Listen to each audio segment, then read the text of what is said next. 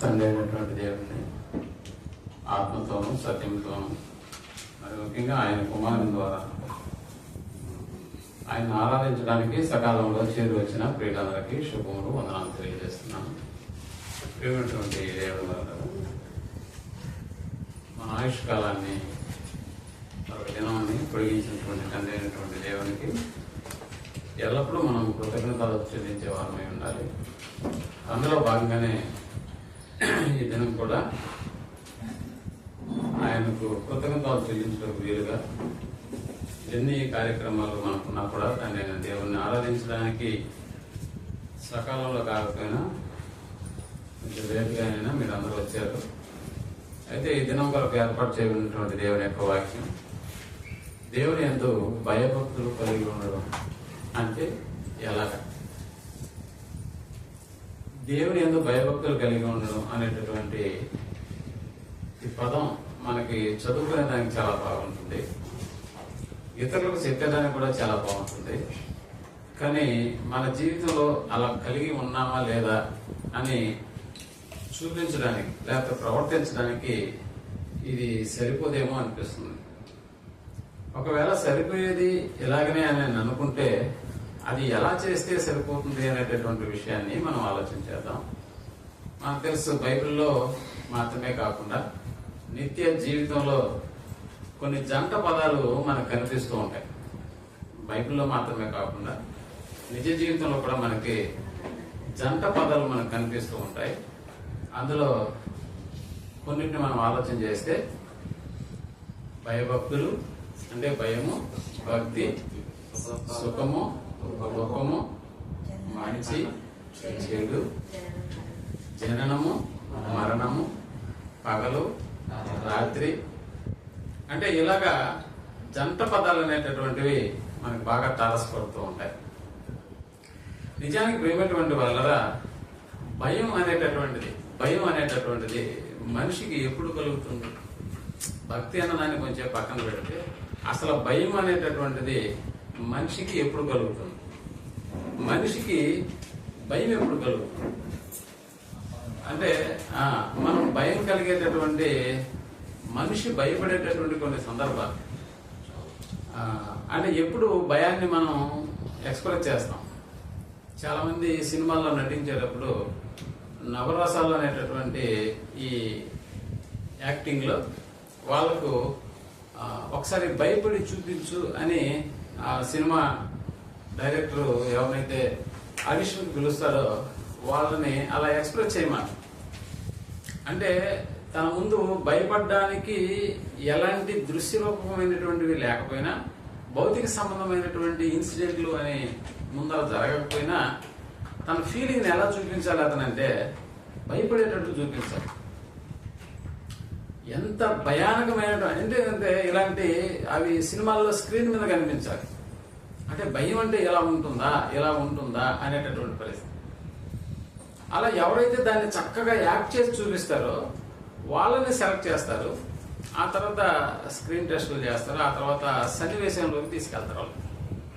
అలా సన్నివేశంలోకి తీసుకెళ్ళినప్పుడు ఆ సన్నివేశాన్ని బట్టి అతను భయంకరమైనటువంటి ఆ ఉద్రిక్తను తన ఫేస్ లో కనిపించాలి. అంటే జరుగుతున్నటువంటి సంఘటన తనకు సంబంధం లేకపోయినా కేవలము భయం కొలిపేటటువంటి ఆ ఫీలింగ్స్ ని తన ముఖంలో కనిపించాలి. అలా చేయాలను పోనీ అలాంటి భయమా ఇది అని అంటే ఏదో డబ్బులు తీసుకోవడానికి యాక్ట్ చేసేటటువంటి స్థితి కాదు భయం అని అంటే.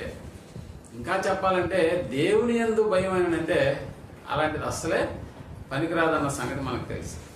నిజంగా దేవుని యందు భయపడడం అనే కార్యక్రమం ఉందే, భక్తి అనేది కొంచెం పక్కన పెడదాం.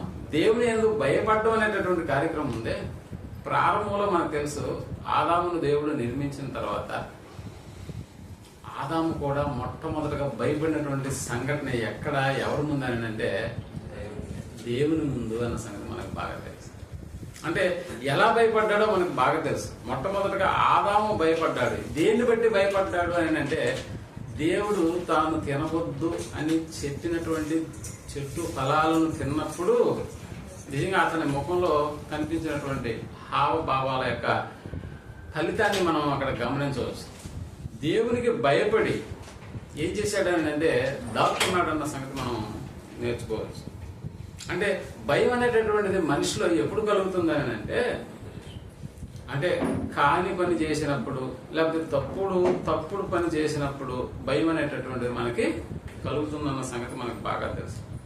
నిజంగా దేవుని పట్ల భయం అనేటటువంటిది కాని పని లేకపోతే తప్పుడు పని చేసినప్పుడు మాత్రమే కాదు, కానీ దేవుని భయం అంటూ ఏదైనా ఉంటే అప్పుడు నువ్వు కాని పని చేయవు, తప్పుడు పని అసలే చెయ్యవు.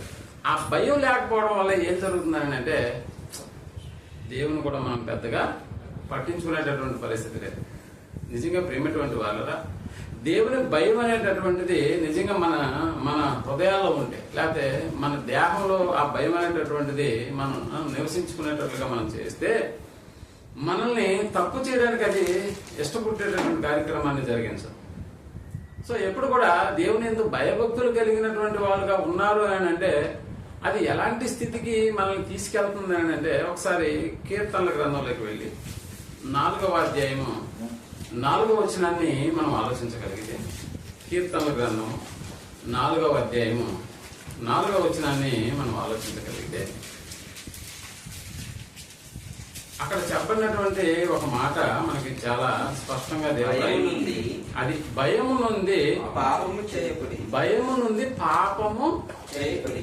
చాలా మంది పాపం చేసి కూడా భయపడరు.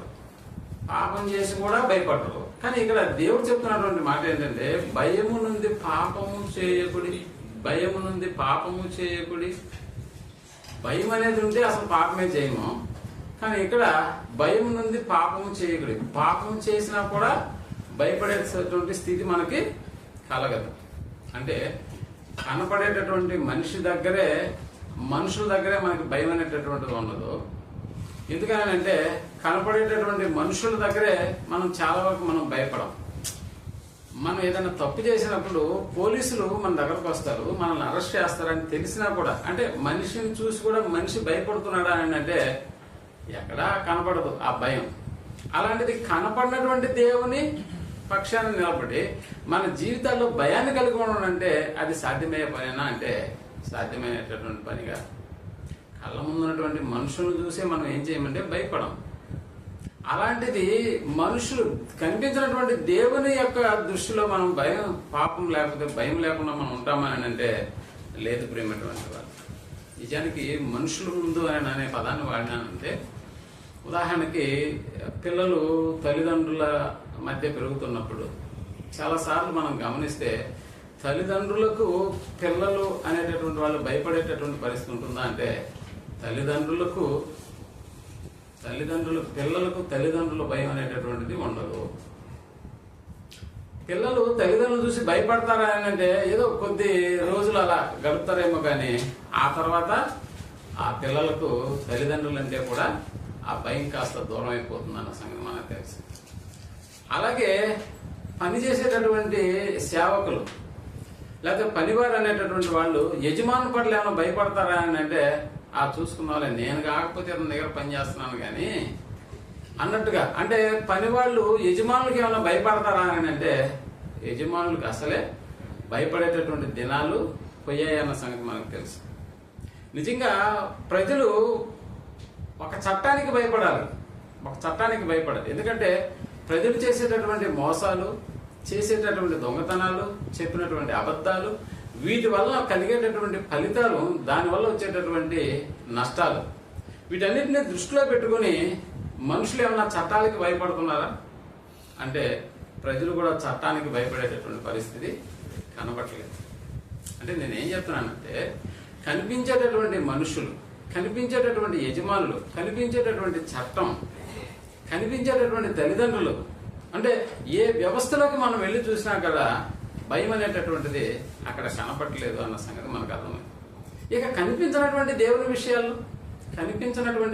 విషయాల్లో ఎలా ఉంటుందో మన పరిస్థితి అంటే దేవుడు ఎక్కడా లేడు కదా, అసలు ఆయన మనల్ని చూస్తున్నాడో లేదో తెలియదు. చాలా మంది అయితే దేవుడే లేడు అనుకునేటటువంటి భావంలో బ్రతికేటటువంటి వాళ్ళు. నిజంగా అలాంటి వారి యొక్క హృదయాల్లో భయం అనేటటువంటిది ఉంటుందా అని అంటే లేదు ప్రియమైనటువంటి వాళ్ళు. అంటే ఎవరి భయం లేదు అని అంటే నిజంగా మనుషులంటే భయం లేదు, మనుషులకు దేవుడు అంటే అస్సలు భయం లేదు. ఏం చేస్తున్నారు అన్నప్పుడు ధైర్యంగా పాపాన్ని చేసేసుకుంటూ వెళ్ళిపోతున్నారు, ధైర్యంగా పాపాన్ని చేస్తూ ఉన్నారు. మనకు తెలుసు నరహత్య చేయడం అంటే నిజంగా దానివల్ల జరిగేటటువంటి పర్యవసానాలు, దానివల్ల పొందేటటువంటి ఆ ఫలితం అనేటటువంటి మనకు తెలుసు కదా. మన వీధిలోనే మొట్టమొదటిగా ఒక ఆమె మస్తానమ్మ అనేటటువంటి ఆమె ఉండేది. ఆమె కూతురే అల్లుడు ఇద్దరు కలిసి చాలా జాగ్రత్తగా ఒక ఇంటికి తీసుకెళ్లారు, మందు తాగిచ్చేశారు హ్యాపీగా. అంటే తర్వాత జరగబోయే పరిస్థితుల గురించి వాళ్ళకి ఒక అవగాహన ఉందా? ఎంతో మంది మర్డర్లు చేస్తున్నారు, జైలుకి వెళ్తున్నారు, ఆ తర్వాత ఆ జైలు శిక్ష అనుభవిస్తున్నారు అన్న సంగతి వాళ్ళకి తెలియకుండానే ఈ పని చేశారా? తెలిసే చేశారు. అంటే బాగా తాగి చేశారు, ఆ తర్వాత గొంతు పోసేసినారు, ఒక సోఫా కిందకి నెట్టేసి హ్యాపీగా వాళ్ళ దారిని వాళ్ళు వెళ్ళిపోయారు.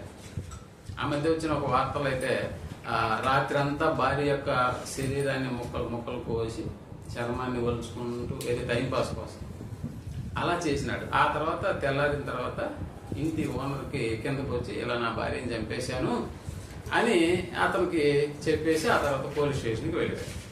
అంటే వీళ్ళ యొక్క ఆలోచన మీరు గమనించండి. ఇలాంటి కార్యక్రమాలు జరిగిస్తే మనకు శిక్ష తప్పదా? పోలీసు వాళ్ళు మనల్ని అరెస్ట్ చేయరా అంటే ఉంది. అలాంటివి జరుగుతాయని కూడా తెలుసు, అయినా కూడా ఎంత ధైర్యంగా ఎలాంటి కార్యక్రమాలు చేస్తున్నాం.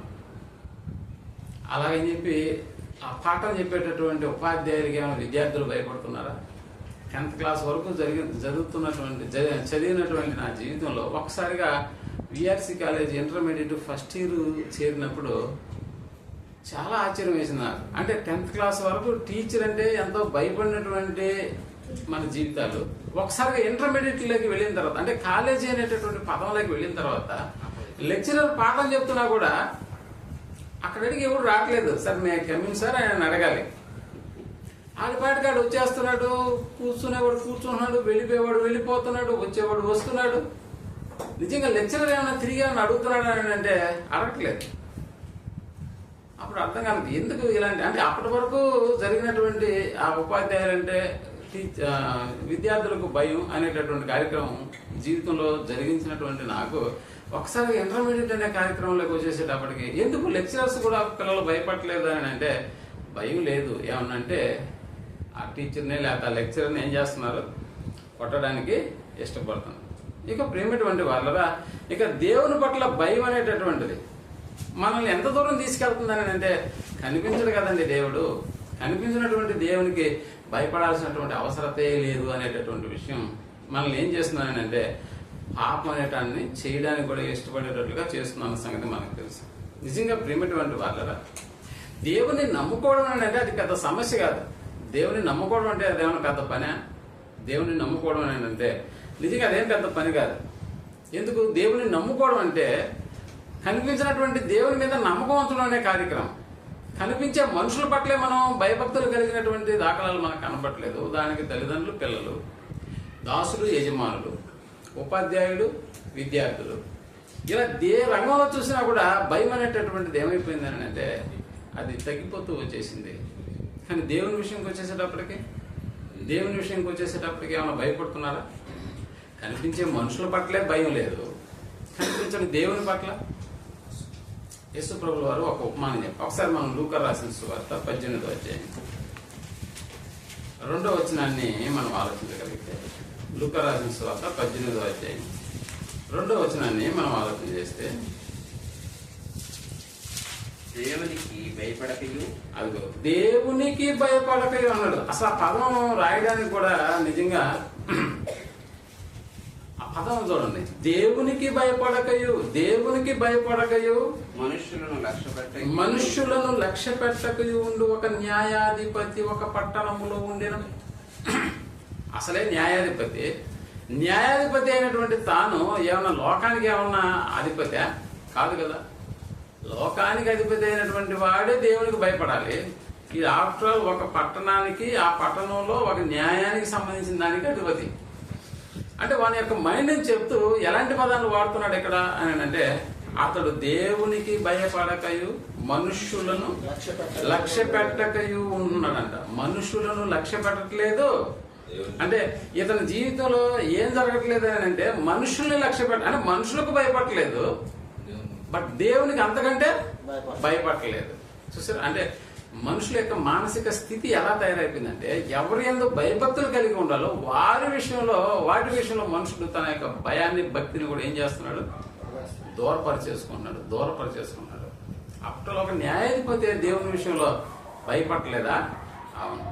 ఒక న్యాయాధిపతి భయపడలేదా అని అంటే ఒక పట్టణమే దేవుని విషయాల్లో భయభక్తులు కలిగినటువంటి పట్టణంగా కనపడలేదని అబ్రహాం గారు కూడా తన జీవితంలో ఒక సందర్భంలో చెప్పినటువంటి మాట మనకు తెలుసు. ఒకసారి మనం ఆదికాండం 20వ అధ్యాయంలోకి వెళ్ళి ఆదికాండము 20వ అధ్యాయం 11వ వచనాన్ని మనం ఆలోచించగలిగితే ఆదికాండము 20వ అధ్యాయం 11వ వచనాన్ని మనం అబ్రహాం ఈ స్థలమందు దేవుని భయం ఏమాత్రము లేదు.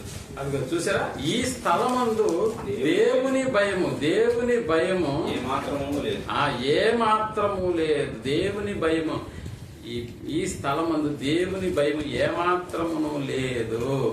కనుక నా భార్య నిమిత్తము నన్ను చంపుదురనుకుని చేసింది అన్నారు. అంటే దేవుని భయం ఉంటే ఆటోమేటిక్ గా ఆడు మనుషులు కూడా భయపడతాడు. కానీ ఈ స్థలమందు అంటే ఆ యొక్క కార్యక్రమాన్ని అక్కడ చెబుతూ దేవుని భయం లేదు అన్నాడు. ఈ స్థలమందు ఏం లేదంటే దేవుని భయం లేదు. అంటే ఇప్పుడు దేవునికి భయపడాలని అంటే మీరు ఆలోచన చేయండి. దేవుని యందు భయభక్తులు కలిగి ఉండాలి అంటే అన్న పదం దగ్గర క్వశ్చన్ మార్క్ పెట్టేశాం. నిజంగా ఇప్పుడు దేవునికి ఒక స్థలమే మనం ఆలోచన చేస్తే ఆ స్థలంలో ఉన్నటువంటి మనుషులలో ఏ భయం లేదు, దేవుని భయం లేదు. ఒక న్యాయాధిపతిని గురించి మనం మాట్లాడుకున్నాం. న్యాయాధిపతికి ఏం లేదు ఆయన అంటే దేవుని భయం లేదు. దేవునికి భయపడ్డు. అలాగని చెప్పి మనుషులకు భయపడతాడా? మనుషులను కూడా లక్ష్య పెట్టట్లేదు. అంటే ఒక స్థలంలో దేవుని భయం లేదు అంటే ఆ ప్రాంతానికి సంబంధించిన వాళ్ళందరి విషయాల్లో దేవుని భయం లేదు. ఇక్కడ దేవుని భయం అని అంటే ఇక్కడ మనం ఆలోచించుకోవాల్సినటువంటి విషయం ప్రేమటువంటి వాళ్ళ దేవుణ్ణి నమ్ముకోవడం అనే కార్యక్రమం ఒకవేళ దేవునికి భయపడేటట్లుగా చేస్తున్నానని అనుకుంటే నిజంగా దేవుణ్ణి నమ్మడం అని అంటే అది పెద్ద సమస్య కాదన్న సంగతి మనకు తెలుసు. మనం కూడా దేవుణ్ణి నమ్ముతాం. ఎలా నమ్ముతాం? దేవుణ్ణి మన అవసరాలు తీర్చేవాడని నమ్ముతాం. మనకు కావలసిన వాటన్నిటిని దయచేసే వాడని మనం నమ్ముతాం. అంటే మన నమ్మకం ఎలా ఉంటుంది అని అంటే అంతవరకే వచ్చి ఆగిపోతుంది. కానీ ఇక్కడ యాకోబు గారు మరొక సంఘటన గురించి చెబుతూ ఇదే దేవుణ్ణి నమ్మేటటువంటి విషయాన్ని గురించి ఆయన మాట్లాడుతూ యాకోబు రాసిన పత్రికలోకి వెళ్ళి 2వ అధ్యాయము 19వ వచనాన్ని మనం ఆలోచించగలిగితే యాకోబు రాసిన పత్రిక 2వ అధ్యాయము 19వ వచనాన్ని దేవుడు ఒక్కడే అని నీవు నమ్ముచున్నావు. దేవుడు ఒక్కడే అని నీవు నమ్ముచున్నావు. అలాగూ నమ్ముట మంచిది. అంటే దేవుళ్ళు ఎంతమంది అని అంటే ఒక్కడే అని నువ్వు నమ్ముతున్నావు. ఓకే, అలాగే నమ్మడం కూడా మంచిదేనే కాదనట్లేదు. దయ్యములు కూడా ఏం చేస్తున్నాయంట? దయ్యములు కూడా నమ్మి వణుకుతున్నాయి. నిజంగా ఇక్కడ దయ్యాలకు దేవుడు అంటే భయం ఉందా? దయ్యాలకు దేవుడు అంటే భయం ఉందా? దేహంలో ఉన్న మనకు భయం లేదు. దేహం లేని దెయ్యాలే భయపడుతున్నాయి. దేహం లేని దెయ్యాలు భయపడుతున్నాయి. దెయ్యాలకు దేవుడు అంటే భయం ఉంది. కానీ దెయ్యాలకు నిజంగా వాటి స్వభావాన్ని ఏమన్నా భయపడి ఏమన్నా మార్చుకుంటున్నాయా? అలా కాదు, ఇలా చేసుకుందాం, ఆయన కంటే భయం అనేటటువంటిది ఏమన్నా ముందు మార్చుకుంటున్నాయా? మీరు మేము అనేకులు అని చెప్పినప్పుడు నిజంగా పాతాళంలోనికి పోవుటకు మాకు ఆజ్ఞాపించొద్దు అన్నాయి అక్కడ యేసుప్రభువు గారు. ఆజ్ఞాపించొద్దు. ఆజ్ఞాపించొద్దు అని అంటే ఇప్పుడు ఏం చేయాలి? వాటి మార్చుకోవాలి, తమ పద్ధతులు మార్చుకోవాలి, మరొక మనుషులేకి పోకుండా చూసుకోవాలి. మేము మరొక మనుషులకి మేము వెళ్ళాం అలాగని చెప్పి మమ్మల్ని ఏమన్నా పరలోకం తీసుకెళ్తాడా? అంటే వాళ్ళకు ఉన్నటువంటిది ఏంటి? నిత్య నరకమే వెళ్ళిపోవాలి, అగాధ స్థలంలోకి వెళ్ళిపోవాలి. మమ్మల్ని అక్కడికి పంపించవద్దని ఆజ్ఞాపించుకుని బతిలాడుకుంటున్నాయి. ఇదిగో చివరికి ఆ పందుల్లోకి మమ్మల్ని వెళ్లేదానికి మాకు అవకాశం ఇవ్వండి అని. అంటే కానీ మేము మార్చుకుంటాము, మరొక ఏ మనుషులోకి మేము వెళ్ళమని ఏమైనా ప్రాధాయపడుతున్నాయా? మరొక మనుషులకి మేము వెళ్ళము, మళ్ళీ నీకు అలాంటి అవకాశం మేము ఇవ్వను కూడా ఇవ్వము అని ఏమైనా అంటున్నాయా?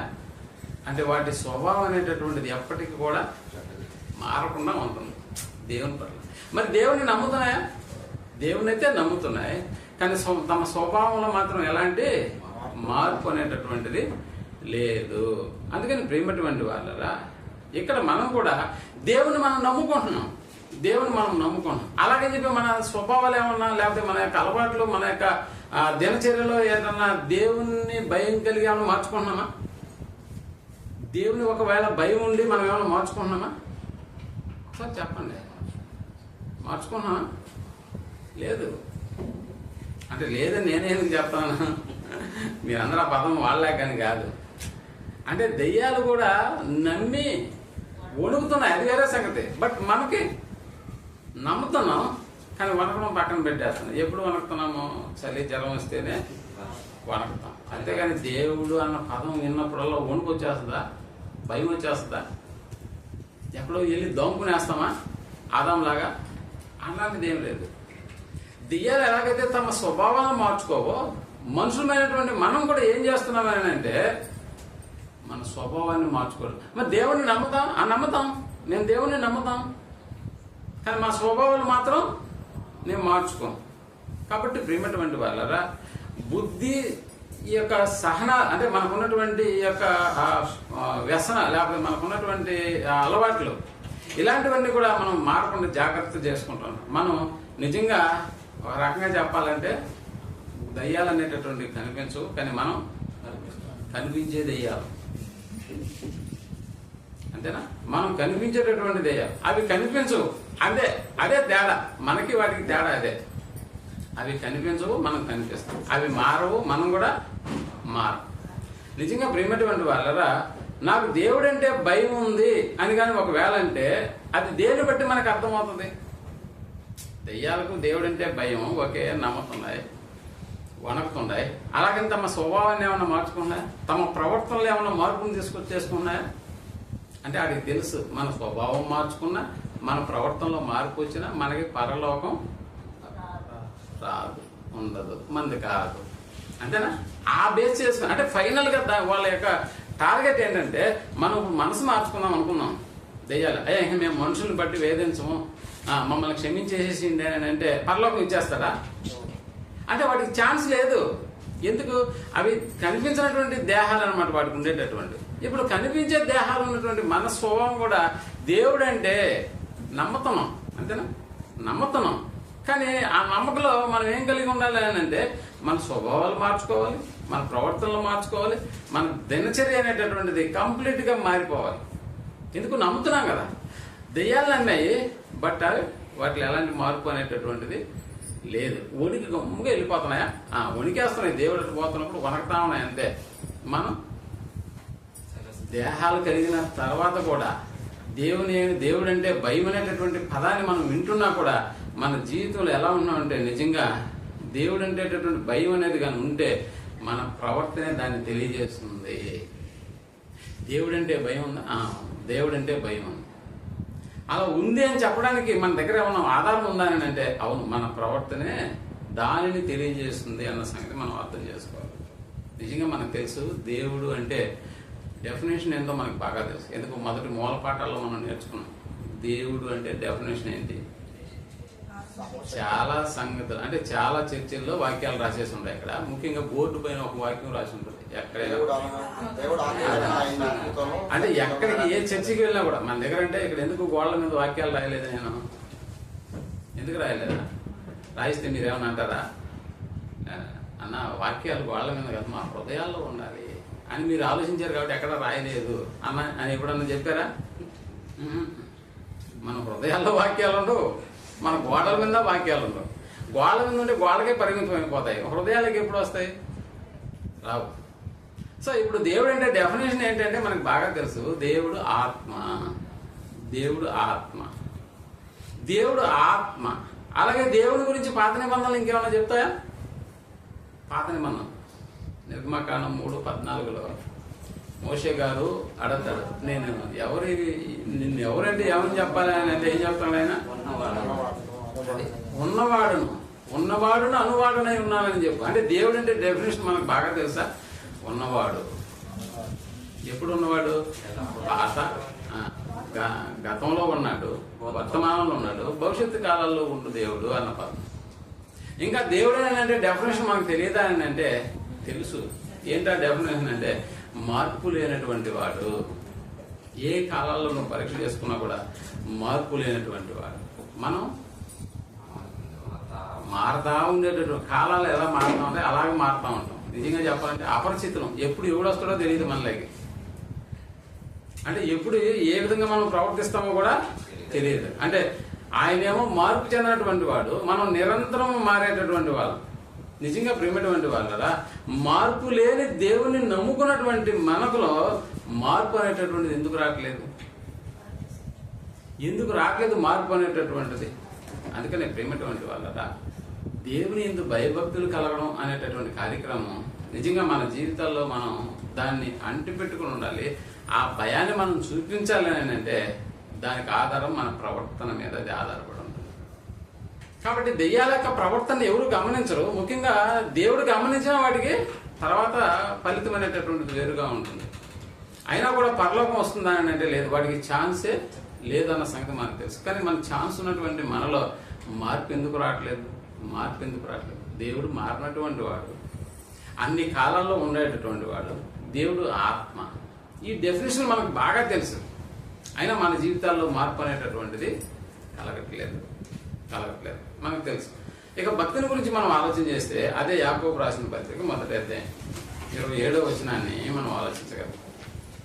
తండ్రి అయిన దేవుని ఎదుట, అదిగో తండ్రి అయిన దేవుని ఎదుట అనేటటువంటి పదం వాడతాం. తండ్రి అయిన దేవుని ఎదుట, దేవుని ఎదుట, మనుషుల ఎదుట కాదు. మనుషుల ఎదుట మనుషుల యొక్క భక్తి ఎలా ఉంటుందో మనకు తెలుసు. మనుషుల ఎదుట, మనిషి ఎదుట భక్తి ఎలా ఉంటుంది? ఆడు అప్పటికప్పటిగా ఒక టవల్ కింద వేసేసి ప్రార్థనలో కూర్చుంటాడు, మోకాళ్ళు వేసేసి. ఇది మనుషుల ఎదుట భక్తి. మనుషుల ఎదుట భక్తి అంటే ప్రార్థనలు చేస్తానే ఉంటాడా? చేస్తానే ఉంటాడు. ఇంకా మనుషుల ఎదుట మన భక్తి ఎలా ఉంటుంది? వైట్ అండ్ వైట్ వేసేస్తాం. ఈ రోజు ఆదివారం కాబట్టి చాలా మంది ఏ డ్రెస్ లో మనకు కనిపిస్తారు? White and white. అంటే మనుషుల ఎదుట మన భక్తి అనేటటువంటిది ఎలా కనపరుస్తామో మనకు బాగా తెలుసు. వైట్ అండ్ వైట్, చేతిలో బైబిల్, అంతేనా? ఇవి మనుషుల ఎదుట మన భక్తి. ఇంకా మనుషుల ఎదుట మన భక్తి ఎలా ఉంటుంది అని అంటే జుట్టు అంతా పెంచేసుకొని ఏదో ఒక కాషాయ రంగు వస్త్రాలు లేకపోతే మరొక రంగు దుస్తులన్నీ ధరించుకొని మనం మనుషులు ఎదుట తిరుగుతున్నాం అనుకో, అప్పుడు పరిస్థితి ఎలాగుంటది? అమ్మో వీడు చాలా భక్తిపరుడు. ఆ మధ్య ఒక స్నేహితుడు ఎప్పుడు చూసినా అదొక వెరైటీ డ్రెస్సులు. ఏం డ్రెస్సులు అని అంటే పసుపు రంగు, అలాగే ఎల్లో, రెడ్, ఇవన్నీ కాక మళ్ళా మంత్రాలు రాసేస్తుంటారు కొన్ని క్లాత్ల మీద. అదే ఏదో మొత్తానికి అలాంటివి షర్ట్లుగా కుట్టించుకొని వాటితోనే తిరుగుతుంటారు. ఇంకా అంటే వేరే మనలాంటి సివిల్ డ్రెస్సులు కాదు, ఫార్మల్ డ్రెస్సులు అసలు జోలికి పోడు. ఎప్పుడు చూసినా ఏదో ఒక భక్తి, ఏదో ఒక దేవునికి సంబంధించినటువంటి ఆ వస్త్రధారణ వేసుకొని తిరుగుతూ ఉన్నప్పుడు నిజంగా అంటే చూసేటటువంటి వాళ్ళకి ఏమనిపిస్తుంది అంటే నిజంగా భక్తి పరుడు అంటే ఇతనే. అంటే మనుషులు ఏదో భక్తి పరులుగా మనం కనిపించుకోవాలని అంటే మనకంటూ కొన్ని పద్ధతులు ఉన్నాయి, అవి కనిపిస్తూ ఉంటాయి. ఎప్పుడు కూడా మనుషులు ఏదో భక్తి పరులుగా మనం కనిపిస్తూ ఉంటాం. భక్తి పరులుగా కనిపిస్తాం. ఎప్పుడు చూసినా ప్రార్థనలు చేస్తాం, ఎప్పుడు చూసినా జపమాల, ఆర్సీఎం వాళ్ళు అయితే జపాన్ ఒకటి తీసుకొని దండ ఒకటి తీసుకొని ముందుగా ఆయనకి జరుపుకుంటూ ఉంటారు. అంటే దీన్ని బట్టి ఏమవుతుందంటే మనుషులు ఎదుట వీళ్ళు చాలా భక్తి పరులు అనేటటువంటి విషయం. అందుకని ఇక్కడ దేవుని ఎదుట అన్న పదాన్ని వాడుతున్నాడు. మళ్ళా చూడండి, తండ్రి అయిన దేవుని ఎదుట పవిత్రమును, అదిగో పవిత్రమును, నిష్కలంకమైన భక్తి ఏదనగా, నిష్కలంకమైన భక్తి ఏదనగా దిక్కులేని పిల్లలను విధవరాండ్రను వారి ఇబ్బందిలో పరామర్శించుటయు ఇహలోక మాలిన్యము. అదనమాట అసలు సంగతి ఏంటంటే ఇక ఇహలోక మాలిన్యము తనకు అంటుకోకుండా తన్ను తాను కాపాడుకొని ఉండుట. ఇహలోక మాలిన్యము అంటే ఈ లోకంలో ఏముందని అంటే మాలిన్యం ఉంది కాబట్టి లోకంలో బ్రతుకుతున్నటువంటి మనకు ఆ మాలిన్యం అంటుకోకుండా బ్రతకాలి. తామర ఆకులు చూడండి ఎక్కడ ఉంటాయి? బురదలో ఉంటాయి. బట్ ఆ బురద వాటికి అంటుకుంటుందా? నువ్వు ఎత్తి పైన వేసినా కూడా అది అలా తిరిగి మళ్ళా బురదలోకి వెళ్ళిపోవాల్సింది ఆ బురద. అంతేగాని ఆకుకు అది అంటుకోదన్న సంగతి మనకు తెలుసు. సో ఇహలోక మాలిన్యం లోకంలో ఉన్నటువంటి మలినాన్ని, మురికిని అంటించుకోకుండా లోకంలో బతకడం, అది స్పెషల్. ఇక్కడ లోకంలో ఉన్నటువంటి లోక మాలిన్యం అని అంటే ఏంటి అని అంటే నిజంగా మనకు తెలిసి ప్రేమటువంటి వాళ్ళరా, ప్రతి ఒక్కరూ లోక మాలిన్యానికి బానిసలైపోయేటటువంటి పరిస్థితి మనకు ఏర్పడింది. లోకములో ఉన్నదంతా నేత్రాశ, శరీరాశ, జీవపు డంబము. ఇవి లోక మాలిన్యం అనేటటువంటి పదం. ఇహలోక మాలిన్యము అనేటటువంటి పదం. నేత్రాశ, జీవపు డంబము, శరీరాశ, ఇవన్నీ కూడా లోకంలో ఉన్నటువంటివే. వీటన్నిటిని అంటించుకోకుండా బ్రతకడం అనే తను తాను కాపాడుకునే కార్యక్రమం ఉందే, ఇది దేవుని యందు భక్తి కలిగి ఉండేటటువంటి పరిస్థితి. మనకు తెలుసు లోకంలో ఉన్నటువంటి మాలిన్యం. ఉదాహరణకి డబ్బు అనేటటువంటి పదాన్ని మనం తీసుకుంటే, డబ్బుకు లోకం దాసోహం.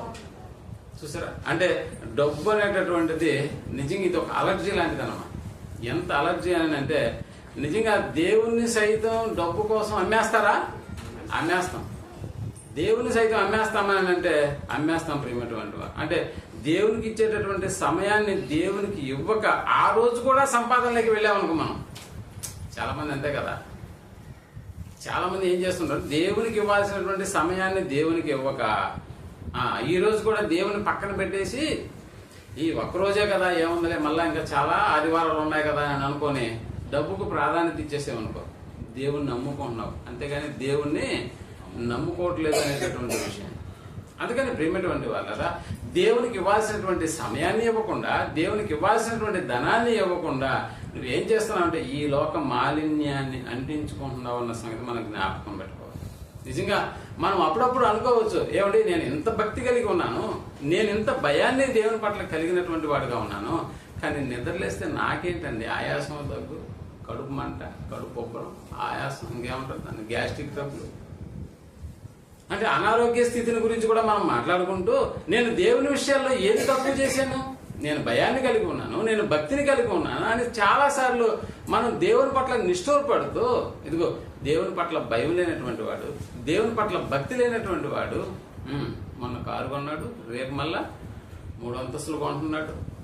అంటే మనం కంపేర్ చేసుకునేటటువంటి విధానాల్లో ఎలా కనిపిస్తున్నాయి మనకేంటంటే, పక్క వాళ్ళని మనం కంపేర్ చేసుకుంటుంటే దేవునికి భయాన్ని భక్తిని కలిగి ఉన్నాం. ఒకవేళ మనం అనుకున్నట్లుగా దేవుని భయభక్తులు కలిగినటువంటి వారిగా మనం ఉండాలనుకుంటే, మన ప్రవర్తనలో వాటిని చూపిస్తూ మనం బ్రతుకుతున్నప్పుడు కూడా మన చుట్టుపక్కల ఉన్నటువంటి వారి విషయంలో మనం చాలా అసూయపడుతూ ఉంటాం.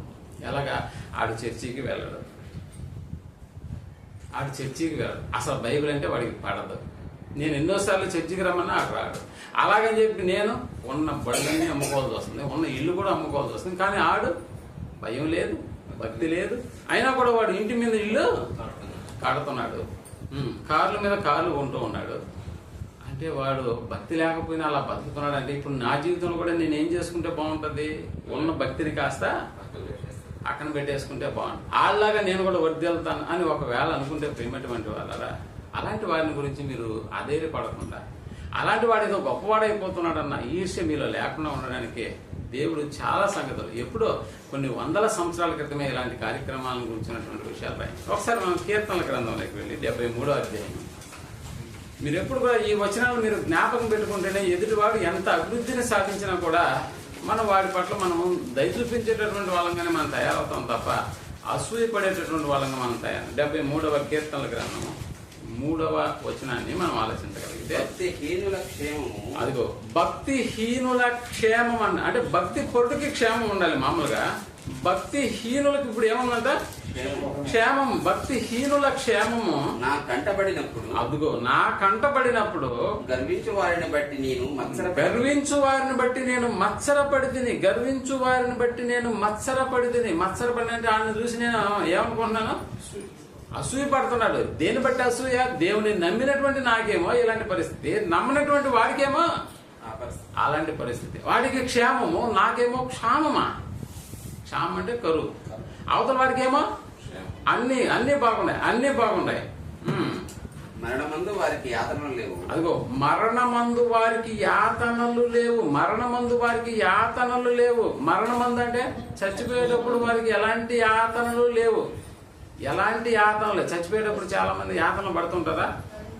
ఎన్నిసార్లు పోయినా కూడా ఐసీలోనే పెట్టి ఉందంటారు. ఆ డాక్టర్లు తీసుకెళ్ళండి అమ్మాయి, ఇంటికి తీసుకెళ్ళండి, చచ్చిపోయినా లేదు సార్ ఆల్రెడీ ఇన్సూరెన్స్ చేయించేస్తున్నాం కాబట్టి ఇప్పుడు చచ్చేదాకా నేడే ఉంచాలి. అంటే ఇంటికి తీసుకెళ్తే చచ్చిపోతాడు కాబట్టి ఇన్సూరెన్స్ చేసుకునే దేనికి మేము అంటే ఇప్పుడు మనం చూడడానికి వెళ్ళేటటువంటి వాళ్ళు కూడా ఎలా ఫీల్ అవుతారంటే ఆయనకేమో అలాగే పెట్టేస్తుంటారు, మాస్క్ ఇవన్నీ కూడా అన్ని పెట్టేస్తుంటారు, చేతులకి సెలైన్లు అన్నీ ఉంటాయి. పోయినప్పుడల్లా చూసి ఏదో కళ్ళు తిరిగి చూస్తుంది, మళ్ళీ మనతో ఏం మాట్లాడదు. మళ్ళీ బయటకు వచ్చిన తర్వాత డాక్టర్లు ఏం చెప్పారు అంటే ఎప్పుడు పోతుందని చెప్పారు. మా కర్మ కొద్ది ఇంకా పోలా ఆమె. ఇది అయినటువంటి వాళ్ళే కూడా ఇంకా పోలేదు. అంటే మరణమందు యాతనలు లేవు ఎవరికి? భక్తిహీనులకు. భక్తులకు కాదని చెప్పేది, భక్తిహీనులకు మరణమందు వారికి యాతనలు లేవు. వారు పుష్టిగా ఉన్నారంట, పుష్టిగా ఉన్నారు. మనమేమో బలహీనులుగా ఉన్నాము, వాళ్ళేమో ఎలా ఉన్నారంట? పుష్టిగా ఉన్నారు, పుష్టిగా ఉన్నారు. అంటే ఇతరులకు కలిగేటటువంటి ఇబ్బందులు వారికి లేవు. ఎలా ఉన్నారు వాళ్ళు? తమ జీవితం అంతా హ్యాపీగా గడుపుతా ఉన్నారు. అనారోగ్యమా? రావట్లేదు వాళ్ళకి. వాళ్ళు ఆరోగ్యపరంగా పుష్టిగా ఉన్నారా? పుష్టిగా ఉన్నారు. వాళ్ళ మాత్రం చేత వాళ్ళు ఏమన్నా దేవుని నమ్ముకున్నటువంటి వాళ్ళ? కాదు. పోనీ దేవుని ఎందుకు భయభక్తులు కలిగినటువంటి వాళ్ళ? కాదు. మరి అలాంటి వాళ్ళకేమో ఎలా ఉండడం ఏంటి? ఇలా దేవుని నమ్ముకున్నటువంటి మనకేమో ఎలా ఉండడం ఏంటి? అందుకనే నువ్వు బాధపడబాకు, వాళ్ళని చూసి నువ్వు మత్సరపడొద్దు అన్నాడు. మత్సరపడవద్దు. అయ్యో, ఇతరులకు కలుగు ఇబ్బందులు వారికి కలుగవు. ఇతరులకు కలిగే ఇబ్బందులు వాళ్ళకి ఏమైనా ఉంటాయా? ఉండవు. వాళ్ళకు ఎవరు వాళ్ళు? భక్తిహీనులు. నేను చెప్పేది భక్తిహీనులకు వాళ్ళ యొక్క పర్యవసానం ఎలా ఉంటుందో నువ్వు బాగా అర్థం చేసుకోవాలి. భక్తిహీనులు బాగుంటారా? భక్తి పరులు ఇబ్బందులు పడతారు. ఇది అన్నమాట. ఇప్పుడు భక్తి పరువు అయి ఉండి నువ్వు ఇబ్బందులు పడుతున్నావంటే దాని విషయంలో నువ్వు గర్వపడాలి. భక్తిహీనుడు అయి ఉండి నువ్వు ఇబ్బందులు లేకుండా ఉండవని అంటే ఆడు కాళ్ళు ఎగరేసుకొని తిరుగుతున్నాడు. నువ్వు ఆదివారం అయితే వెళ్ళిపోతా ఉంటావు, కానీ నేను ఆదివారం అయితే వెళ్ళను. నేను జల్సాలో బతుకుతాను. నువ్వెందుకు అలా పోయిపోయి మళ్ళీ అప్పులు పాలవుతుంటావు? నువ్వు ఎందుకు అలా వెళ్ళిపోయి మరొక దాంట్లో బాధపడుతుంటావు? ఎందుకు అలా? నేను చూడు, దేవుడు లేడు, ఎవరు లేరు, కానీ నా క్షేమం ఏమైనా క్షీణించిపోయిందా? నీ క్షేమం ఇంకా క్షీణించిపోతా ఉంది అని మన గురించి వాడు అవగాహన చేస్తున్నా కూడా మన పరిస్థితి ఎలా ఉండాలో నీకు అర్థమవుతుందా? అందుకనే అలాంటి వారి ఇతరులకు కలిగే ఇబ్బందులు వారికి కలుగవు. ఇతరులకు పుట్టునట్లు వారికి తెగులు పుట్టదు. అంటే కరోనా కూడా రాదు. అదేనా దాని అర్థం? ఇతరులకు పుట్టునట్టు ఇతరులకు పుట్టునట్టు వారికి తెగులు పుట్టదు. అంటే కరోనా కూడా ఇంటికి పంపింది నేను అంటున్నాడు దేవుడు. కరోనా కూడా రాదు. కరోనా కూడా వచ్చి పోలేదు అనుకుంటాం. కొంతమంది జీవితాలు చూసినప్పుడు మనం ఏమనిపిస్తాం అంటే అందరికి చావు వస్తుంది, వీడికి మాత్రం రావట్లేదని అన్న. అందరికి చావు వస్తుంది, ఈ మాత్రం చచ్చిపోవట్లేదు. అందరూ మంచి వాళ్ళు అందరూ పోతున్నారన్న, వీడు మాత్రం పోవట్లేదు. అంటే వాళ్ళని చూసి మనం కూడా ఎలా అనుకుంటాం కొన్నిసార్లు అంటే భక్తిహీనుడికి క్షేమం ఏందన్న? భక్తిహీనుడికి భక్తి కలిగినటువంటి మనకు క్షేమం ఏంటి? ఆడికి క్షేమం ఏంటి? దేవుడు కూడా అదే చెప్తున్నాడు. వాడు అలానే బతకతాడు. అసలు ఆ రోగం కూడా, తెగులు కూడా వాడి ఇంటికి పోదు అన్నాడు. తెగులు కూడా వాడికి పుట్టదు.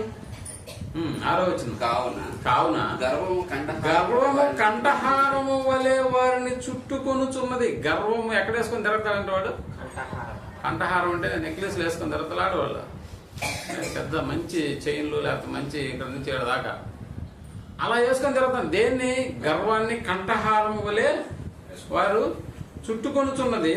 వస్త్రము వలె వారు బలత్కారము ధరించుకుందరు. వస్త్రము వలె బలత్కారాన్ని ధరించుకుంటారంట. పువ్వు చేత వారి కన్నులు మెరకలై ఉన్నవి, వారి హృదయాలోచనలు బయటికి కానవచ్చుచున్నవి.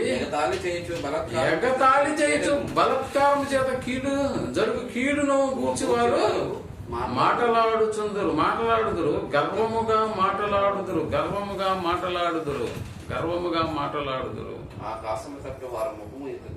ఆకాశం వైపు వాళ్ళ ముఖము ఎత్తుదురు. వారి నాలుక భూసంచారం చేయను.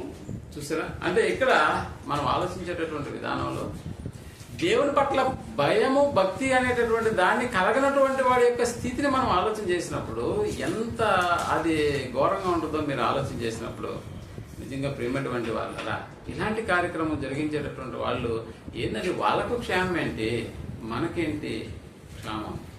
అంటే మనం భయభక్తులు కలిగినటువంటి వారంగా లేమా అంటే మనం భయభక్తులు కలిగినటువంటి వారంగానే ఉన్నాం దేవుని పట్ల. ఎలా అలాగని చెప్పి మన భయభక్తులు ఎలా ఉంటున్నాయి? మన భయభక్తులు ఎలా ఉన్నాయండి దేవుని పట్ల? 100% ఉంటాయా? లేదు లేదు. భక్తిహీనుడి యొక్క ప్రవర్తన మీరు బాగా గమనించండి. 100%కి 100% భక్తిహీనుడిగానే కనిపిస్తాడు, అంతేనా? అంతే. అయినా వాడి జీవితం ఎలా ఉంటుంది? 100% బాగుంటుంది. ఎక్కడ 90% కూడా తగ్గదు. 100% బాగుంటుంది. ఎందుకంటే వాడి ప్రవర్తన అలాగనే ఉంది, వాడి భక్తిహీనత అలాగనే ఉంది, వాడి క్షేమం కూడా అలాగనే ఉంది. ఇప్పుడు మనం భక్తి పరులని చెప్పుకుంటున్నాము, కానీ మన ప్రవర్తన ఎలా ఉంటుంది? దెయ్యాలు కూడా భక్తి దేవుని పట్ల భయాన్ని కలిగి ఉన్నాయి, బట్ వాటి యొక్క ప్రవర్తన ఏమైనా మార్పు ఉందా? లేదు. స్వభావాన్ని మార్చుకోవు. మనం కూడా నమ్ముతున్నాం దేవుణ్ణి, బట్ మన స్వభావం విషయంలో, మన ప్రవర్తన విషయంలో వాటిని ఏమైనా మార్చుకుంటున్నామా అంటే లేదు. అందుకని కనిపించే దెయ్యాలు మనం, కనిపించినటువంటి దెయ్యాలు ఎలాగున్నాయో కనిపించే దెయ్యాలుగా మనం అలాగే మన ప్రవర్తనలు ఎలాగ మార్పు లేదు. సో 100% మార్పు లేనటువంటి ఒక భక్తిహీనుడు బ్రతికే విధానం, మనం భక్తి పరులను చెప్పుకొని బ్రతికేటటువంటి విధానం క్వైట్ ఆపోజిట్ గా మనకు కనిపిస్తుంది. మన జీవితాలు వాళ్ళ జీవితాలు. అందుకని వాళ్ళ జీవితాలను చూసి నువ్వు మచ్చరపడవాకు. నీలో ఉన్నటువంటి భక్తి ఇంకా అది అధికమవ్వాలి తప్ప భక్తిహీనతకు చోటు చేసుకుని ఆళ్ళలాగా మళ్ళీ బ్రతకడానికి నువ్వు ఇష్టపడతావు. భక్తిహీనుడు ఎలాంటి వాడు అని నేను చెబుతూ ఒకసారి యోబు గ్రంథము 21వ అధ్యాయం 13వ వచనాన్ని మనం ఆలోచించగలిగితే, యోబు గ్రంథము వారు శ్రేయస్సు కలిగి తమ దినములు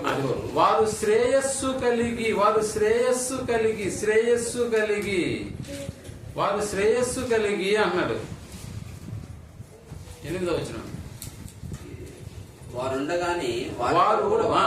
ఉండగానే వారితో కూడా వారి సంతానము వారు చూచుతుండగా వారి కుటుంబము స్థిరపరచబడుచున్నది. వారి కుటుంబములు భయమేమీ లేక క్షేమముగా ఉన్నవి. ఎలా ఉన్నాయంటే వాళ్ళ కుటుంబాలు? క్షేమముగా. భయం అనే పదాన్ని పెట్టండి అక్కడ. భయమేమీ లేక ఎలాగున్నాయి? మరి భయపడుతున్న నీకు క్షేమం అంటే క్షేమానికి వ్యతిరేకం. వారి కుటుంబాలు భయమేమీ లేక క్షేమముగా ఉన్నవి. వారి దండము వారి మీద పడుట లేదు. దేవుని దండము వారి మీద పడుటలేదు. దేవుని దండము వారి మీద పడుటలేదు. వారి గొడ్లు దాటగా తప్పక చూలు కలుగును. అవి వారి ఆవులు ఈచకపోగా ఈరును. అంటే వాళ్ళ యొక్క పశు సమృద్ధి కూడా సమృద్ధిగా కలుగుతూ ఉంటుందా? అవును. వారి ఆవులు ఈచకుండా పోవాలి, ఎందుకంటే భక్తిహీనులు కదా, ఈచకుండా పోవాలి. కానీ ఈనుతున్నాయి అవి. వారు తమ పిల్లలను మందలుగా బయటికి పంపుదురు. వారి పిల్లలు నటనము చేయుదురు. తంబుర స్వరమండలములను పట్టుకుని వాయించుతుందురు. స్థానిక నాదము విని సంతోషించుదురు అని చెబుతూ, అది వారి శ్రేయస్సు అంతా ఎలా ఉందని పైన వచనాల్లో మనం మాట్లాడుకున్నాం. వారు శ్రేయస్సు కలిగి అన్నాడు. శ్రేయస్సు కలిగి అంటే ఎక్కడ తక్కువ కాకుండా అని అన్నాడు. ఎక్కడ తక్కువ కాకుండా వారు శ్రేయస్సు కలిగి తమ దినములు గడుపుదురు. అదనమాట. ఒకే ఒక్క క్షణం అన్నాడు. ఒకే ఒక్క క్షణంలో ఏమైపోతున్నారు? పాతాళమునకు దిగుదురు.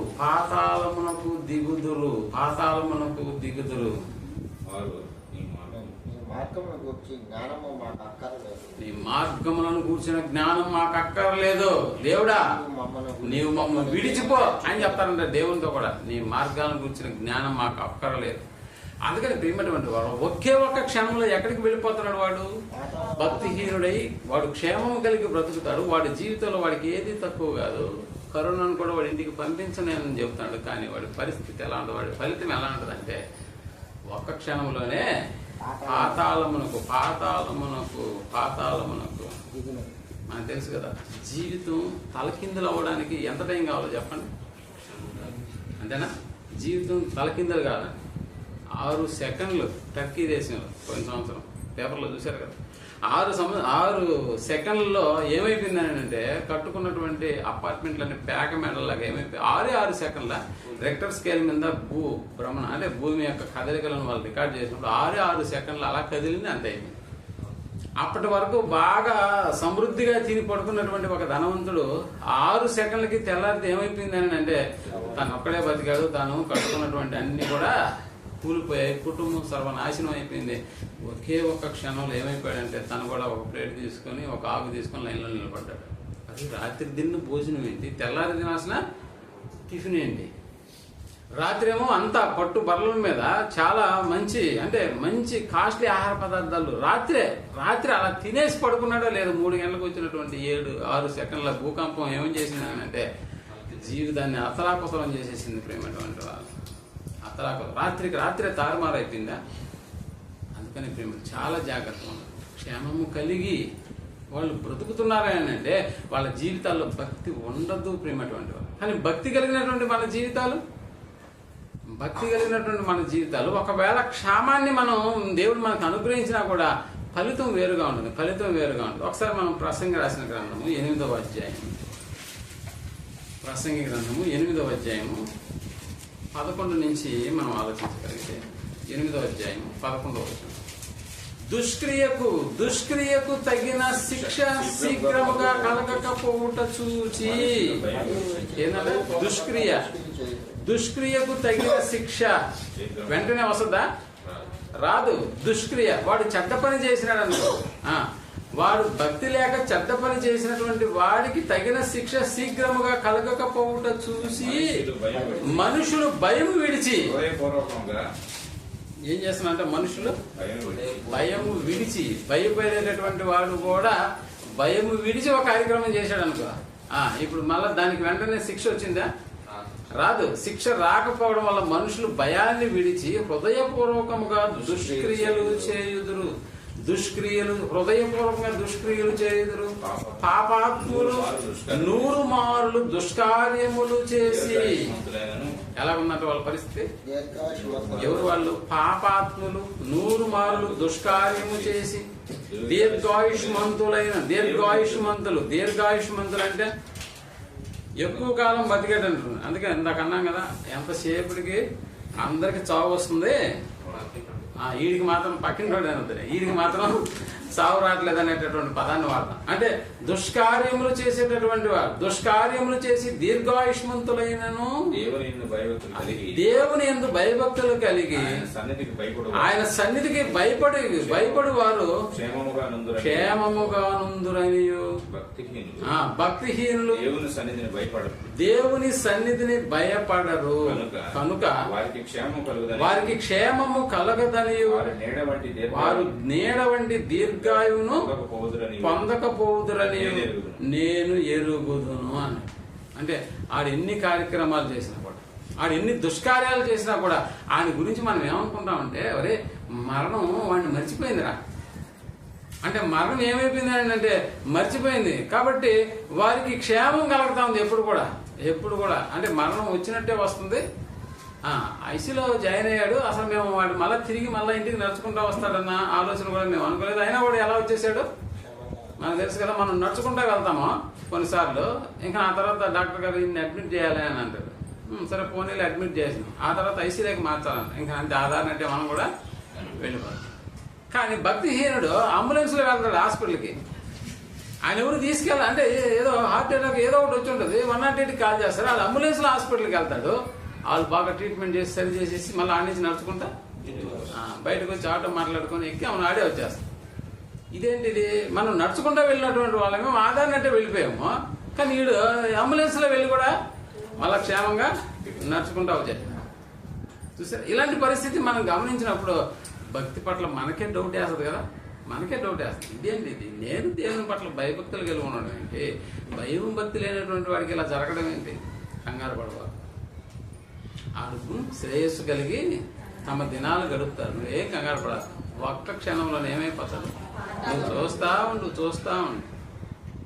ఉదాహరణకి నోవహు జలప్రళయంలో మనుషులు ఎలా ఉన్నారు చెప్పండి. ఏ రోజు వరకు అలా ఉన్నారు? మొదటి చినుకు పడినప్పుడు భయం రావాలి నిజంగా. వాన స్టార్ట్ అవుతుంది, ఆల్రెడీ నోవహు చెప్పిన మాటలు జ్ఞాపకం రావాలా పడలేదా? జ్ఞాపకం పెట్టుకున్నాడు ఎవరన్నా? వర్షం వస్తుంది, సరే పోనీ మొదటి రోజే నిన్నది కదా ఊరంతా. మొదటి రోజున వాళ్ళకి జ్ఞాపకం రాబలేదా? అన్ని ఆడ సర్దుకున్నారు, పడుకున్నారు, ఏడన్నా ఊరస్తుంటే కూడా దబర్లు పెట్టుకున్నారు, సర్లే పడుకుందాం అనుకున్నారు. తెల్లారి లేస్తే కూడా వాన ఆగల, అయినా గుర్తు రావాలా? వాడు గుర్తు రావాలా? రాలా.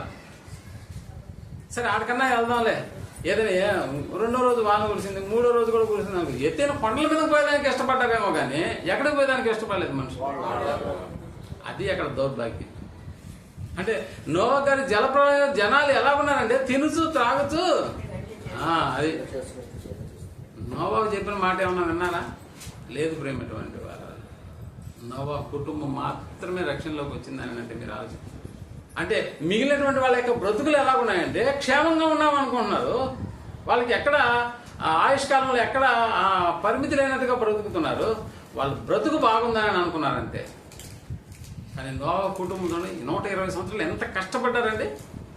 పోనీ అలాగని చెప్పి ఇక్కడ ఆ చెట్టు లేదులే, ఏ చెట్టు అది? చితిస్మారకం రాను, ఇక్కడ ఎక్కడ దొరకలేదు డాడీ అంటే, రే ఆ ఊరికి వెళ్ళిపోండి రా అని అన్నాడు. మళ్ళా ఏడ నోవాకు ఈయన కదలలా, ముసలోడు కదా ఏడగలుగుతాడు పాపం, కొడుకుని తరం అనేది ఎక్కడుందో ఎతకండి అన్నాడు. ఆ ఎతికి మళ్ళీ ఆ చెట్టును నరికి అక్కడి నుంచి మోసుకొచ్చి మళ్ళీ దాన్ని ఇక్కడ చెక్కి మళ్ళీ సెట్ చేసేంత వరకు, డాడీ ఈ చెక్క అయిపోయింది మళ్ళీ ఇది వేద్దామా, నలపమ్మ కథ ఉంది ఇది వేద్దామంటే కుదరదు. మళ్ళా ఇంకొక ఊరు ప్రయాణం చేయాలి. అంటే బతికిన రోజులు ఇదేనా కష్టం? అదే కష్టపడ్డారు కాబట్టి ఇప్పుడు దేవుని మాట విని అట్లు చేసినటువంటి నోవాహు నీతిమంతుడని ఎంచబడ్డాడు. ఆ తర్వాత రక్షణలోకి ఆ ఓళ్ళలోకి ప్రవేశించాడు. నిజంగా ప్రిమిటివ్ వారు కదా. భక్తిహీనుల క్షేమం ఏమైపోయింది ఆ ఒక్క రోజులో? 40 దినాలు ప్రచండమైనటువంటి వర్షాలు కురిసినప్పుడు ఏమైపోయాయండి వాళ్ళ బ్రతుకులు? అప్పటి వరకు బాగున్నాయా? బాగున్నాయి.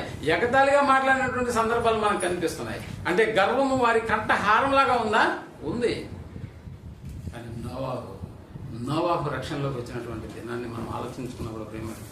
అలాగే సొదొమ గొమొర్రా యొక్క పట్టణం చూడండి. ఆ సొదొమ గొమొర్రా యొక్క పట్టణపు పరిస్థితి ఆ అగ్నిగంధకాలు కురిసేంత వరకు ఎలా ఉన్నాయి వాళ్ళ బ్రతుకులు? క్షేమం. మాకేమొస్తుంది, మాకేమీ రాదు అని అన్నట్టుగానే ఉన్నారు. కానీ నీతిమంతుడైన లోతును అక్కడి నుంచి ఏం చేశాడు దేవుడు? క్షేమకరమైనటువంటి ప్రదేశానికి తరలించాడు. ఒక్కసారిగా అగ్ని గంధకాలు విరిచేటువంటి వాళ్ళు.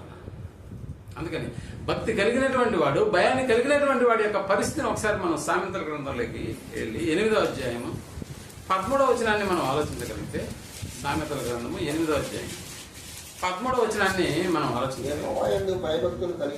అదిగో యెహోవా యందు భయభక్తులు కలిగి ఉండుట. ఏంటంటే యెహోవా యందు భయభక్తులు కలిగి ఉండుట చెడుతనమును అసహించుకొనుటయే అన్నాడు. చెడుతనమును అసహించుకొనుటయే పాపమును అసహించుకునేటటువంటి కార్యక్రమం. నిజంగా అక్కడ గర్వం అనేటటువంటి పాపం అనేటటువంటిది అక్కడ చెబుతూ 13వ వచనంలో గర్వము, అహంకారము, దుర్మార్గత, కుటిలమైనటువంటి మాటలు నాకు ఎలాంటివి? అసహ్యమైనటువంటివి. నిజంగా ప్రేమటువంటి వాళ్ళరా, వినయం, విధేయత, దేవుని ఆజ్ఞలకు లోబడి బ్రతకడం అనేటటువంటిది నిజంగా అది దేవుడు ఏర్పరచుకున్నటువంటి జీవన విధానము. అందుకని మొదటి అధ్యాయం కూడా దాంట్లోనే సామెతల గ్రంథము 7వ వచనాన్ని, మొదటి అధ్యాయము 7వ వచనాన్ని మనం ఆలోచించగలిగితే, యెహోవా యందు భయభక్తులు కలిగి ఉండుట, అదిగో యెహోవా యందు భయభక్తులు కలిగి ఉండుట తెలివికి మూలం అన్నాడు. భయభక్తులు కలిగి ఉండుట తెలివికి మూలము. మూర్ఖులు జ్ఞానమును ఉపదేశమును తిరస్కరించు. అది మూర్ఖులు ఏం చేస్తారంటే జ్ఞానమును ఉపదేశమును వాళ్ళు తిరస్కరిస్తారు. 2వ అధ్యాయం 5వ వచనం సామెతల గ్రంథంలోనే 2వ అధ్యాయం. యెహోవా యందు భయభక్తులు కలిగి ఉండుట ఎట్టిదో నీవు గ్రహించెదవు. దేవుని గూర్చిన విజ్ఞానము నీకు లభించును. దేవుని గూర్చిన విజ్ఞానము. యెహోవా యందు భయభక్తులు కలిగి ఉండుట ఎట్టిదో నీవు గ్రహించెదవు. దేవుని గూర్చిన విజ్ఞానము అన్నాడు. తెలివి కలిగినటువంటి వాడికి ఏదైనా పొదువు ఉంటుందా? తెలివి కలిగితే ఏదైనా పొదువు ఉంటుందా? అంటే దేవుని కూర్చున్న యెహోవా యందు భయభక్తులు కలిగి ఉండు ఎట్టుదో నీవు గ్రహించదవు. దేవుని కూర్చున్న విజ్ఞానము నీకు లభించును. యెహోవాయే జ్ఞానమిచ్చువాడు, తెలివియు వివేచనయు ఆయన నోట నుండి వచ్చును. ఇప్పుడు దేవుని యందు భయభక్తులు కలిగినటువంటి వాడు ఎలా ఉంటాడో అన్న సంగతికి ఒకసారి మనం ఆది కాండంలోకి వెళ్ళి 42వ అధ్యాయం 18వ వచనంలో యోసేపును గురించి ఇక్కడ మాట్లాడుతూ దేవుడు రాయిస్తూ యోసేపు యొక్క జీవితాన్ని మనం ఆలోచన చేసినప్పుడు ఎలాంటి విపత్కరమైనటువంటి పరిస్థితుల మధ్య తాను బ్రతికాడో మనకు బాగా తెలుసు. అన్నదమ్ముల చేత అమ్మివేయబడ్డాడు. ఆ తర్వాత ఐగుప్తు దేశానికి వచ్చాడు. అక్కడ కూడా దాదాపుగా 2 సంవత్సరాలు చేయని నేరానికి జైలు శిక్ష అనుభవించాడు. ఆ తర్వాత దేవుడు ఒక ఉన్నతమైనటువంటి స్థాయిని ఫరో అంతటి వాడిగా ఆయన చేసినప్పుడు అతని అన్నదమ్ములు అతన్ని ఎత్తుక్కుంటూ అతని దగ్గరకు ఆహారం నిమిత్తం పంపబడిన తర్వాత ఇప్పుడు వారితో మాట్లాడుతున్నటువంటి సందర్భం 42వ అధ్యాయం 18 వచ్చింది. 3వ దినమున యోసేపు వారిని చూచి, యోసేపు అంటే తన అన్నదమ్ములను చూచి, నేను దేవునికి భయపడువాడను. అదిగో ఏ పదం వాడుతున్నాడు? నేను దేవునికి భయపడువాడను. దేవునికి భయపడువాడను. మీరు బ్రతుకున్నట్లు దీనిని చేయండి. మీరు యథార్థవంతులైతిరా. మీ సహోదరులలో ఒకడు ఈ చెరసాలలో బంధింపబడవలెను. అంటే మీ సహోదరులో ఒకడు ఈ చెరసాలలో ఉండిపోవాలి. నేను ఎవరనుకుంటున్నావు? నేను దేవునికి భయపడేవాడును. అంటే నేను చెప్పినట్టుగా చేస్తాను. ఇంకొకటి దేవుడు చెప్పినట్టుగా కూడా నేను చేస్తాను. కాబట్టి మీరు నిజంగా బలిగిద్దరా మీ సహోదరులో ఒకడు ఇక్కడ మీరు కానీ అబద్ధం చెప్తే ఇక్కడ ఉండిపోతారు. నేను ఎలాంటి వాడిని మీకు తెలుసు కదా అంటున్నారు. అంటే తెలుసు కదా అంటే తన యొక్క నిజాయితీని బట్టి మాట్లాడుతున్నాడు. అక్కడ నేను దేవునికి భయపడువాడను, దేవునికి భయపడువాడను అంట.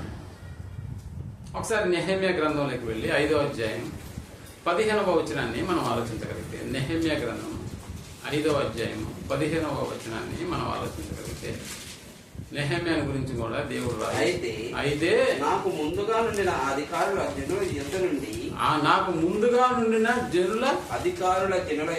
అధికారుల జనుల యుద్ధ నుండి ఆహారమును ద్రాక్షరసమును 40 తులముల వెండిని తీసుకుని వచ్చింది. అంటే వాళ్ళు ఏం చేస్తున్నారు? లంచాలు తీసుకుంటున్నారు. ఏమేమి తీసుకుంటున్నారంటే వాళ్ళు ఆహారమును 40 తులముల వెండిని తీసుకొనొచ్చు వచ్చిరి.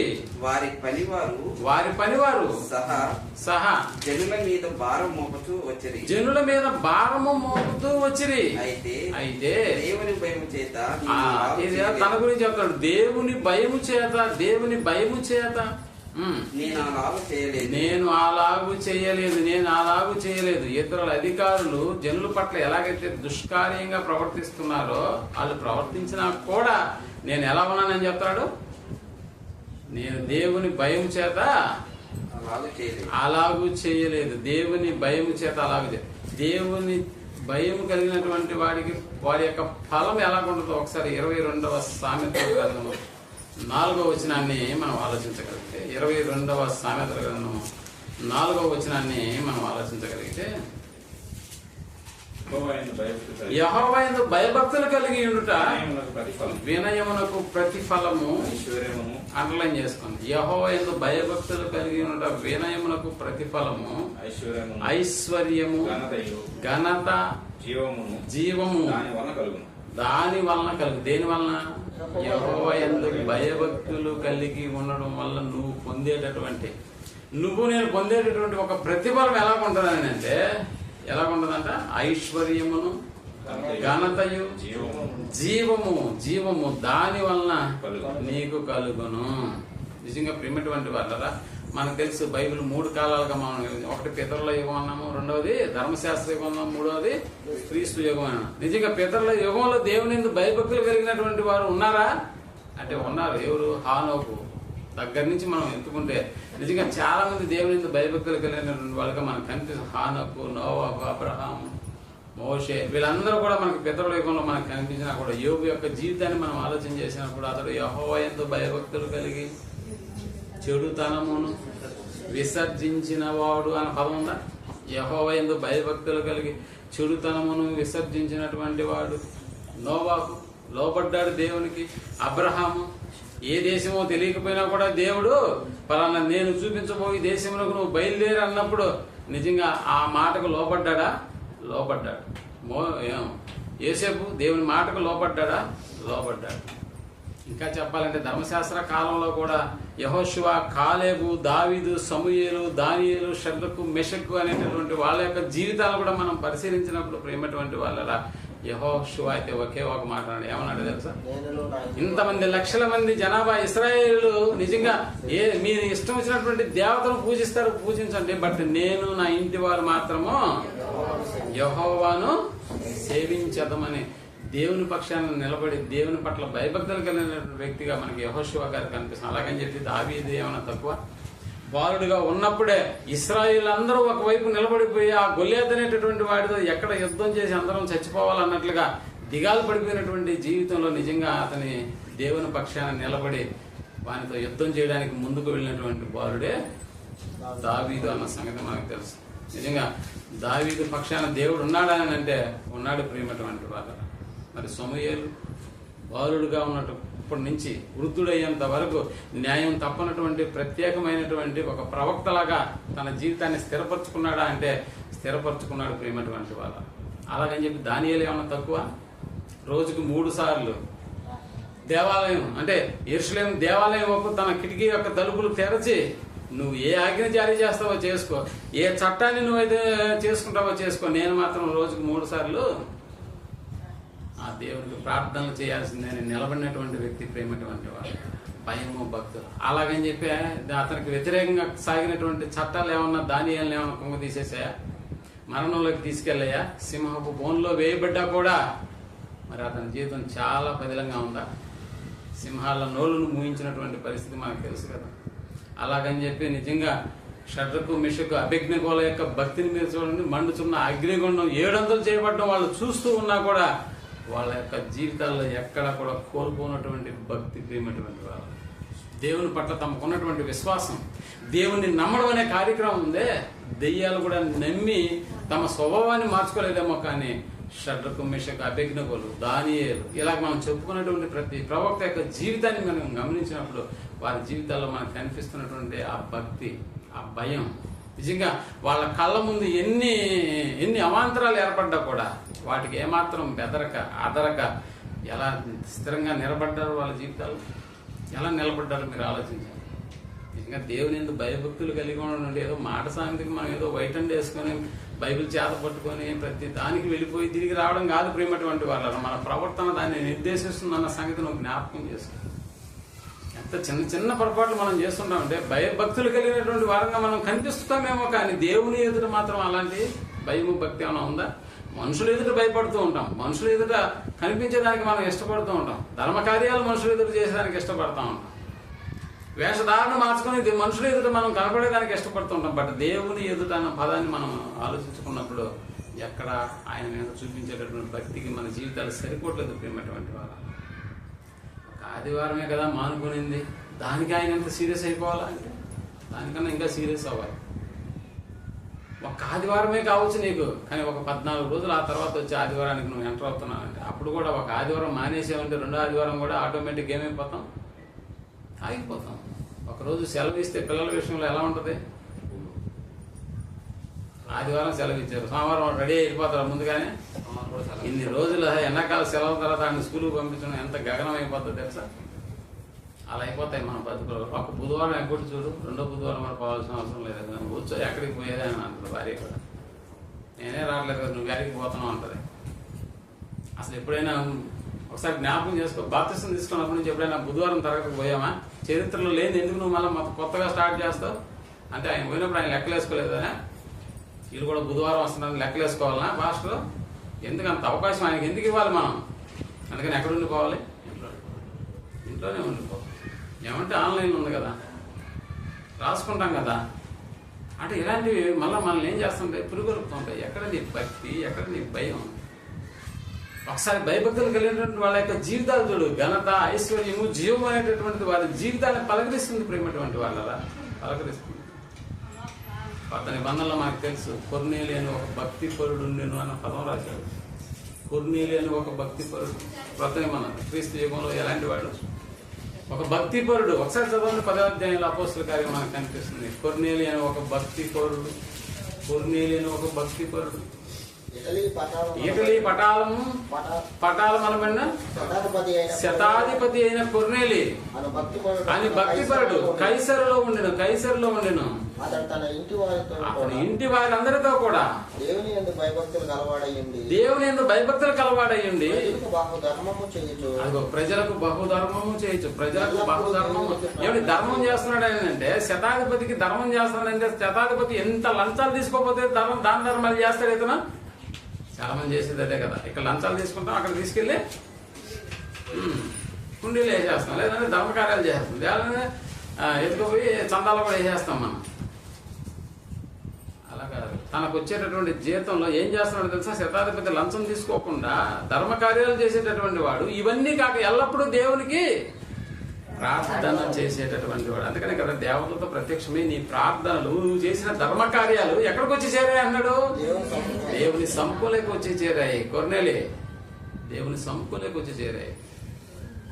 చూసారా ఎంతటి భక్తిపరుడు, ప్రేమటువంటి వాడు, ఎంతటి భయాన్ని భక్తిని కలిగినటువంటి వాడు. కొర్నేలి అనే ఒక అన్యజనుడు కూడా ఈ రోజు బైబిల్ రికార్డుల్లో మనం చదువుకున్నామని అంటే భక్తిపరుడే. అతను అన్యుడే కావచ్చు, బట్ ఆయనలో ఉన్నది ఏంటంటే భక్తి, ప్రేమటువంటి వాడు. భయము భక్తి. మన రక్షకుడైనటువంటి యేసు ప్రభువు వారి యొక్క జీవితం మనకు తెలుసు కదా. మన జీవితం నిజంగా స్వయాన దేవుని కుమారుడైనా కలిగి ఉన్నది ఏది ఆయన లేకుండా కలగలేదని చెప్పబడినటువంటి ఆయన ద్వారా సమస్తానికి ఆయనే అధికారి, ఆది అంతము ఆయనే. అలాంటి ఆయన కూడా ఈ లోకంలోకి పంపబడినప్పుడు ఇదిగో కనిపించేటటువంటి ఈ దేహాన్ని ధరించుకుని 33.5 సంవత్సరాలు మన మధ్య జీవించినటువంటి యేసు ప్రభువు వారి యొక్క దినచర్యను గురించి రాస్తూ 5వ అధ్యాయం 7వ వచనం, అది శరీరధారి ఉన్న దినములలో అన్నది. శరీరధారి ఉన్న దినములలో మహారోదనతోను కన్నీళ్లతోను తనను మరణము నుండి రక్షింపగలవానికి ప్రార్థనలను యాచనలను సమర్పించి ఏమన్నాడంట? ప్రార్థనలను యాచనలను సమర్పించి భయము భక్తి కలిగి ఉన్నందున ఆయన అంగీకరించబడిన అంటే ఆయనే అంగీకరించబడ్డానికి ఇలాంటి కార్యక్రమాలు చేస్తే ఇప్పుడు మనం అంగీకరించబడ్డానికి భయము భక్తి అనేటటువంటి మన జీవితాల్లో కలిగి ఉండాలి. ఒక దానియేలు భక్తి, ఒక దానియేలు భయము, ఒక యోసేపు ఆయన భయము భక్తి, ఒక నోవాహు, ఒక మోషే, ఒక యెహోషువ, ఎంతమంది జీవితాలు. అందుకని ఇంత గొప్ప సాక్షి సమూహము మేఘం వలె మనల్ని ఆవరించి ఉన్నందున అన్న పదం వాడుతున్నాడు. ఇంత గొప్ప సాక్షి సమూహము, ఇంతమంది భయభక్తులు కలిగినటువంటి జీవితాలు మీ ముందు పరిచిపెట్టాను కదా అన్నాడు దేవుడు. అయినా మనం ఎక్కడున్నాం? దేవుని అంటే భయం ఉందా? భక్తి ఉందా? లేదు ప్రేమటువంటి వాటి విషయంలో చాలా జీరోగా ఉన్నాం. అందుకనే ప్రసంగి గ్రంథంలో ఆయన సొలొమోను రాసినటువంటి మాట 12వ అధ్యాయం 13వ వచనంలో, ప్రసంగి గ్రంథము 12వ అధ్యాయం 13 అంటే ఈ 1 గంట పాఠం వినిన తర్వాత అని లెక్కలేసుకుంటే ఇప్పటికీ ఇదంతా వినిన తర్వాత తేలిన ఫలితార్థం ఇదే. అంటే ఇదంతా అయిపోయిన తర్వాత మళ్ళీ నడిపింపు దాని వచ్చి మళ్ళీ చెప్తారు చూసావా ఒక మాటలో, అదనమాట ఈ సంగతి. ఇదంతా మనం వినిన తర్వాత తేలిన ఫలితార్థం ఇదేనయ్యా. ఏంటంటే దేవుని యందు భయభక్తులు కలిగి ఉండి అన్నాడు. దేవుని యందు భయభక్తులు కలిగి ఉండి ఆయన కట్టడలను అనుసరించి నడుచుచుండవలెను. మానవ కోటికి ఇదియే విధి అంటే డ్యూటీ. నువ్వు తప్పకుండా చేయవలసింది, తప్పి చేయవలసింది కాదు, నువ్వు తప్పకుండా చేయవలసింది. దేవుని యందు భయభక్తులు కలిగి ఉండి ఆయన కట్టడలను అనుసరించి నడుచుచుండవలెను. ఇప్పుడు ఆలోచించి, దేవుని యందు భయభక్తులు కలిగి ఉండడం అంటే చెప్పండి, అందులోనే ఉంది జవాబు. దేవుని యందు భయభక్తులు కలిగి ఆయన కట్టడలను అనుసరించి నడుచుచుండవలెను. ఇదియే మానవ కోటికి విధి. దేవుని యందు భయభక్తులు కలిగి ఉండడం అంటే ఆయన కట్టడలను అనుసరించి నడుచుచుండవలెను. మానవ కోటికి ఇదియే విధి. నీకు ఇష్టం ఉన్నా లేకపోయినా ఆయన దేవుడే. అర్థమవుతుందా? నువ్వు నమ్మినా నమ్మకపోయినా ఆయన దేవుడే. కానీ నువ్వు చేయాల్సింది ఏంటంటే, నీకు ఇష్టం ఉన్నా లేకపోయినా ఆయన విధించినటువంటి విధిని నువ్వు నెరవేర్చడం, ఆయన ఆజ్ఞలను ఎల్లప్పుడూ పాటించడమే. అలాంటి విధిగా కలిగినటువంటి మన జీవితాలు ఘనత, ఐశ్వర్యము, జీవం అనేటటువంటివి ఫలితాన్ని ఇచ్చేటటువంటి గొప్ప స్థితిలోకి మనల్ని అందరినీ తీసుకెళ్లాలని కోరుకుంటూ ఈ మాటలు ముగిస్తూ ఉన్నాను. ప్రార్థన చేస్తున్నాం. ప్రేమ కలిగిన మా గొప్ప తండ్రి, అద్భుతమైన మీ జ్ఞాన సంపద నాకు సహాయం చేసిన మీ మనసును బట్టి, మీ ప్రేరణ బట్టి మీ కృతజ్ఞతలు చెల్లిస్తున్నాను. ఇందులో నేను వారు వేరు అనేటటువంటి భేదం లేదు, కానీ మేమందరం కలిసి మీ ఎంతో భయభక్తులు కలిగి ఉండాలి అని ఇదిగో మీ కట్టడలను అనుసరించి నడుచుకుంటూ ఉండాలి అనేటటువంటి మానవ కోటికి మీరు విధించినటువంటి విధిలో మేము పాలిభాగస్థులం అయ్యాం. మీ ఎందు భయాన్ని, భక్తిని కలిగి ఉండి మా జీవితాలు ఎలా అతలాకుతలమైన మాకు ఇబ్బంది లేదు, కానీ భక్తిహీనుల యొక్క క్షేమాన్ని చూసి మా యొక్క మనస్సు మత్సరపడకుండా నాయన వారి జీవితాలు ఎలా ముగిసిపోతున్నాయో, మా జీవితాలు ఎలా ప్రారంభమవుతున్నాయన్న విషయాల్లో మా జీవితాలను గురించిన చక్కటి అవగాహన మేము కలిగి ఉన్నాం. జీవిత కాలం అంతా మీరు అనుగ్రహించేటటువంటి ప్రతి దినము మీ ఆజ్ఞలను అనుసరించి నడుచుకోవడమే మీ ఎంత భయభక్తులు కలిగి ఉండడం అనేటటువంటి మాటను మేము అర్థం చేసుకుని మా యొక్క ప్రవర్తనలో దాన్ని ప్రవర్తించేటటువంటి భాగ్యాన్ని మాకు దయచేయమని కోరుకుంటూ ఈ ప్రార్థనను మా రక్షకులను మీ ప్రియకుమారైనటువంటి యేసు ప్రభువు వారి నామంలో ప్రార్థించి అడిగి వేడుకొంచున్నాము తండ్రి.